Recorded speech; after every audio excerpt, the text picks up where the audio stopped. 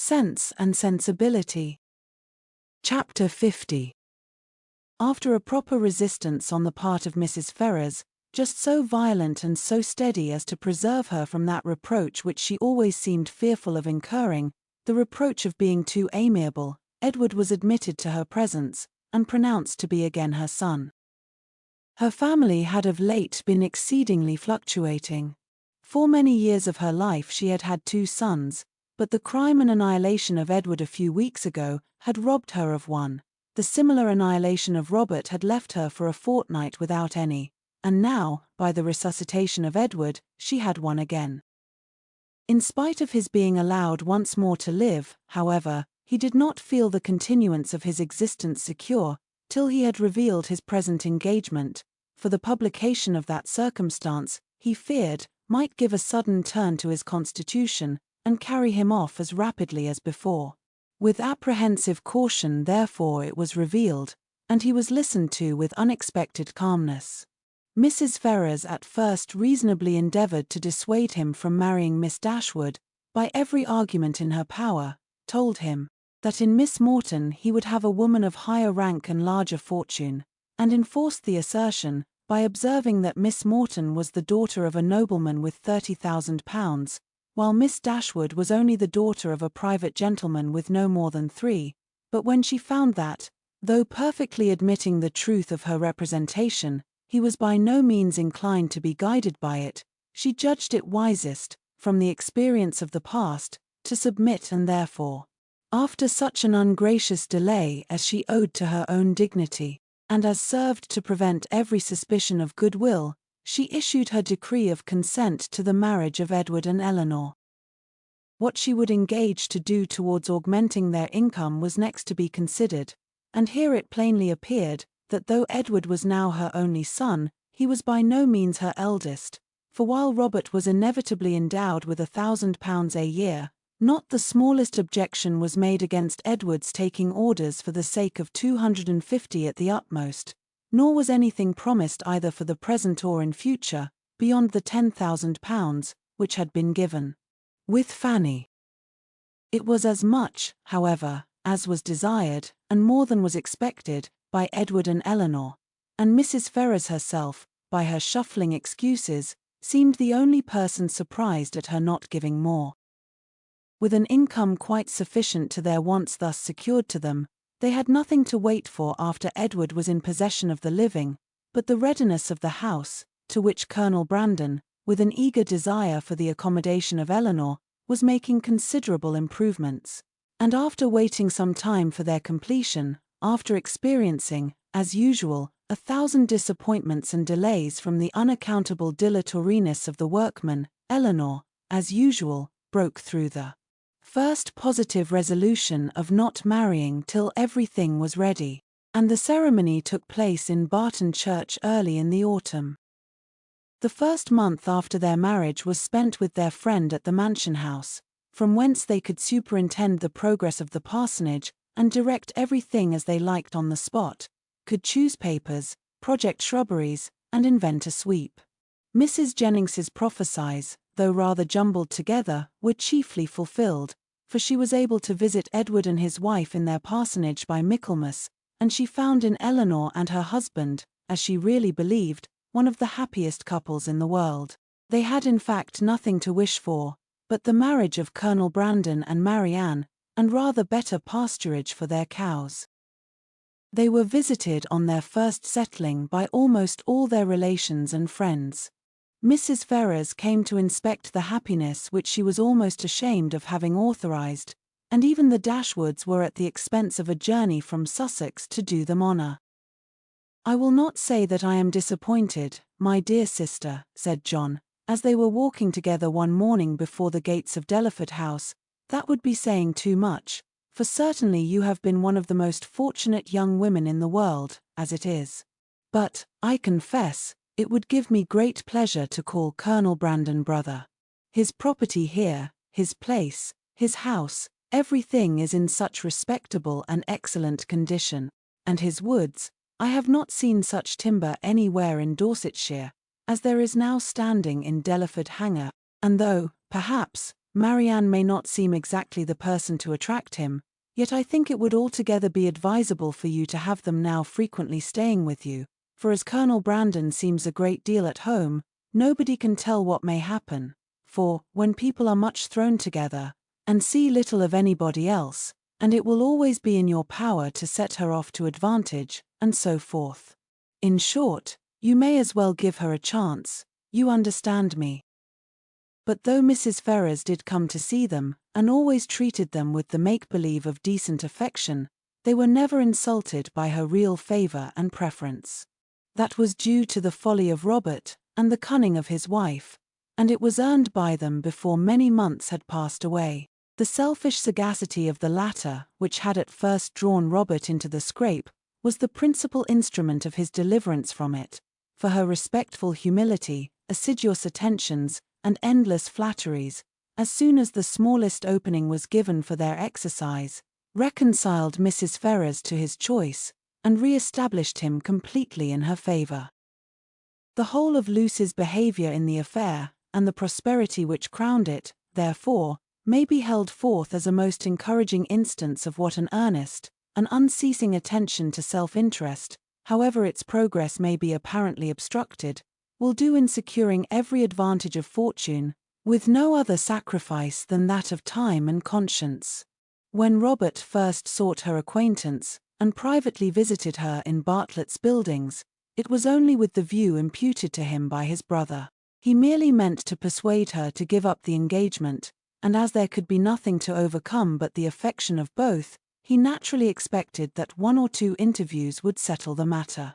In that point, however, and that only, he erred, for though Lucy soon gave him hopes that his eloquence would convince her in time, another visit, another conversation, was always wanted to produce this conviction. Some doubts always lingered in her mind when they parted, which could only be removed by another half-hour's discourse with himself. His attendance was by this means secured, and the rest followed in course. Instead of talking of Edward, they came gradually to talk only of Robert, a subject on which he had always more to say than on any other, and in which she soon betrayed an interest even equal to his own, and in short, it became speedily evident to both that he had entirely supplanted his brother. He was proud of his conquest, proud of tricking Edward, and very proud of marrying privately without his mother's consent. What immediately followed is known. They passed some months in great happiness at Dawlish, for she had many relations and old acquaintances to cut, and he drew several plans for magnificent cottages, and from thence returning to town, procured the forgiveness of Mrs. Ferrars, by the simple expedient of asking it, which, at Lucy's instigation, was adopted. The forgiveness, at first, indeed, as was reasonable, comprehended only Robert, and Lucy, who had owed his mother no duty and therefore could have transgressed none, still remained some weeks longer unpardoned. But perseverance in humility of conduct and messages, in self-condemnation for Robert's offence, and gratitude for the unkindness she was treated with, procured her in time the haughty notice which overcame her by its graciousness, and led soon afterwards, by rapid degrees, to the highest state of affection and influence. Lucy became as necessary to Mrs. Ferrars as either Robert or Fanny, and while Edward was never cordially forgiven for having once intended to marry her, and Eleanor, though superior to her in fortune and birth, was spoken of as an intruder, she was in everything considered, and always openly acknowledged, to be a favourite child.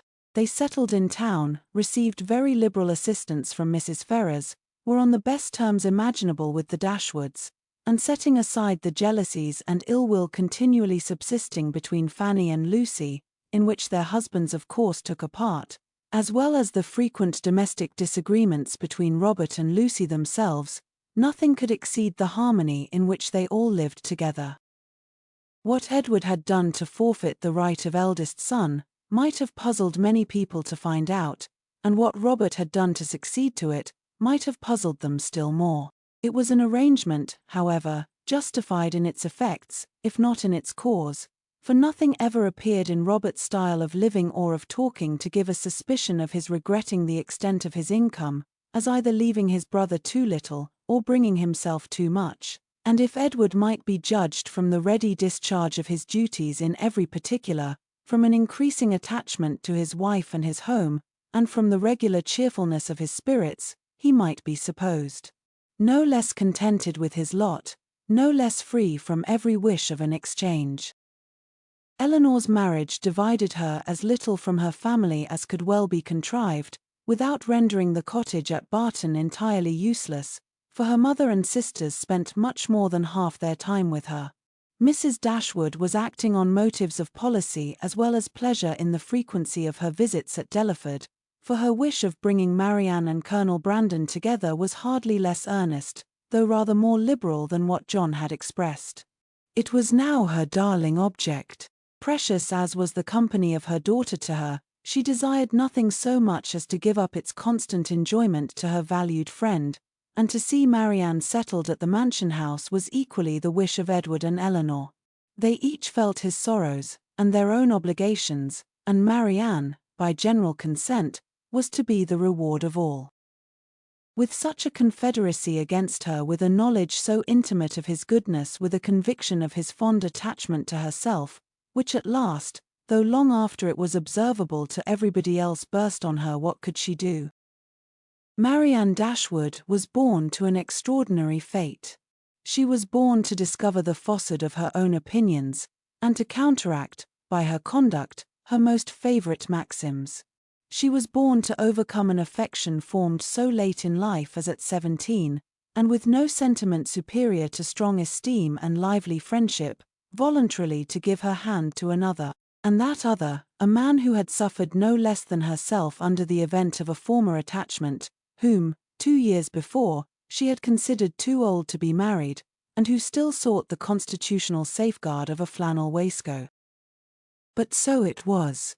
Instead of falling a sacrifice to an irresistible passion, as once she had fondly flattered herself with expecting, instead of remaining even forever with her mother, and finding her only pleasures in retirement and study, as afterwards in her more calm and sober judgment she had determined on, she found herself at 19, submitting to new attachments, entering on new duties, placed in a new home, a wife, the mistress of a family, and the patroness of a village.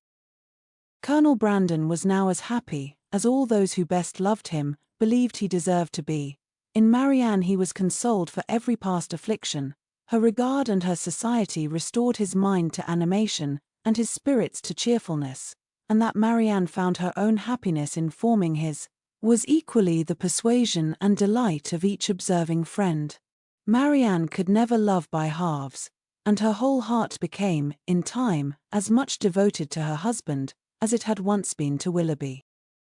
Willoughby could not hear of her marriage without a pang, and his punishment was soon afterwards complete in the voluntary forgiveness of Mrs. Smith, who, by stating his marriage with a woman of character as the source of her clemency, gave him reason for believing that had he behaved with honour towards Marianne, he might at once have been happy and rich.